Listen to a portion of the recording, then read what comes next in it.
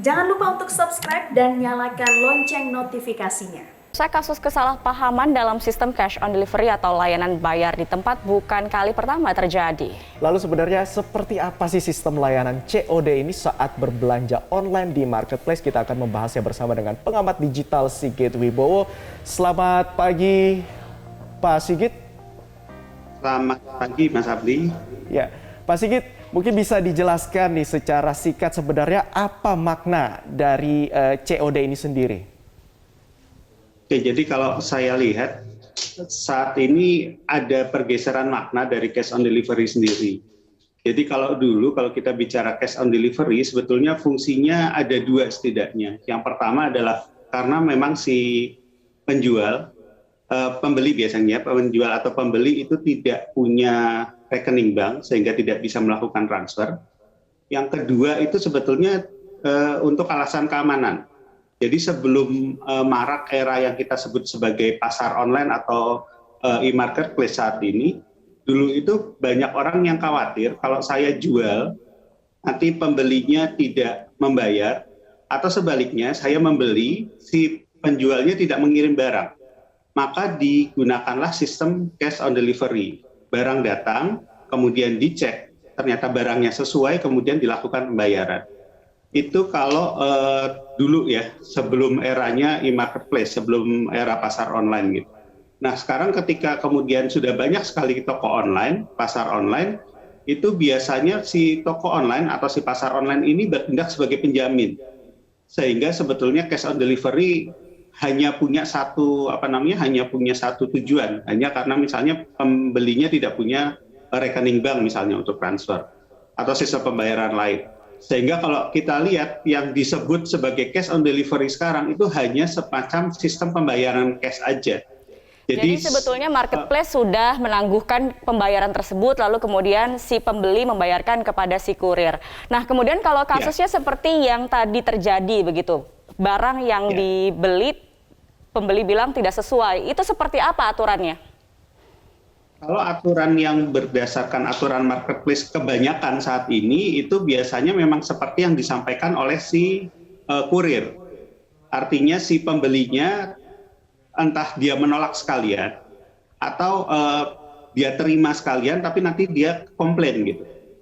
Jadi nggak kemudian dibongkar, kemudian tapi diminta dikembalikan. Tapi kalau kita bicara pada definisi cash on delivery di awal, sebetulnya si pembeli nggak salah juga. Gitu. Artinya di sini ada semacam miskomunikasi aja, karena si pembeli sepertinya tidak membaca aturan di toko online tersebut. Aturannya pasti menyatakan seperti yang disampaikan si kurir gitu. Tapi si pembeli punya persepsi bahwa yang namanya cash on delivery, saya harus lihat dulu barangnya. Ketika barangnya sudah sesuai dengan permintaan saya, baru saya bayar. Jadi kayaknya ada miskomunikasi aja sih di sini. Terkait dengan aturannya sendiri, Pak Sigit, sebenarnya ada nggak sih aturan baku yang mengatur bahwa sebenarnya sistem COD ini adalah seperti ini loh. Sistem COD yang mengatur seperti ini, dan siapa sebenarnya yang berwenang untuk mengatur ini? Apakah dari tokonya atau ada lembaga khusus yang mengatur bahwa aturan COD itu seperti ini, bakunya gitu? Oke. Jadi kalau aturan bakunya sendiri nggak ada, artinya memang tiap orang atau tiap toko online itu bisa saja menggunakan aturan yang berbeda-beda gitu. Makanya kemarin atau beberapa kali lah ya terjadi miskomunikasi, menurut saya sih wajar aja. Masalahnya cuma pembelinya kemudian marah-marah sampai ada yang menodongkan pistol, itu hal yang agak berlebihan sih.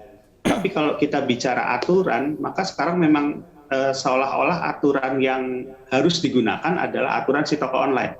Jadi satu arah.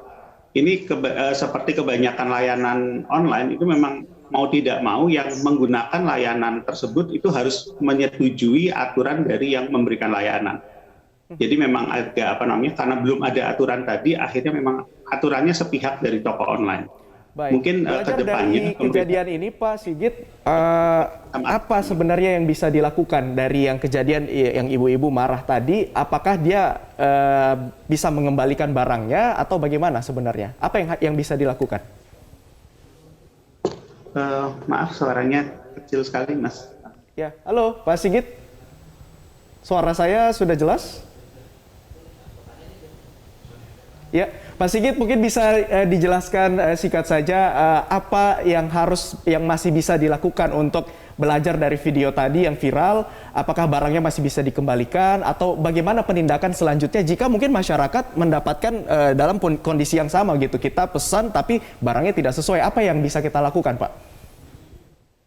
Oke, jadi kalau yang mungkin bisa kita sampaikan kepada konsumen, kepada masyarakat ketika mau melakukan transaksi di toko online itu pertama mungkin kita lihat dulu aturannya. Karena di tiap toko online mungkin aturannya bisa berbeda-beda, definisi dari cash on delivery di satu toko online bisa berbeda dengan toko online yang lain gitu. Itu yang mungkin harus diperhatikan oleh si konsumen. Kemudian yang berikutnya juga ya mungkin nggak perlu marah-marah lah ya, artinya kalau misalnya terjadi sesuatu yang mungkin kurang nyaman itu bisa saja dikomplain lah ke toko online-nya sendiri. Karena setahu saya toko online di Indonesia kebanyakan cukup responsif sih kalau ada komplain-komplain itu. Baik, masyarakat harus lebih aware dengan aturan-aturan yang diterapkan oleh masing-masing marketplace karena ini memang berbeda-beda dan jangan asal marah-marah terhadap kurir ya. Baik, terima kasih Bapak Sigit Wibowo sudah bergabung bersama kami untuk menjelaskan terkait cash on delivery tadi. Terima kasih Bapak, selamat beraktivitas kembali.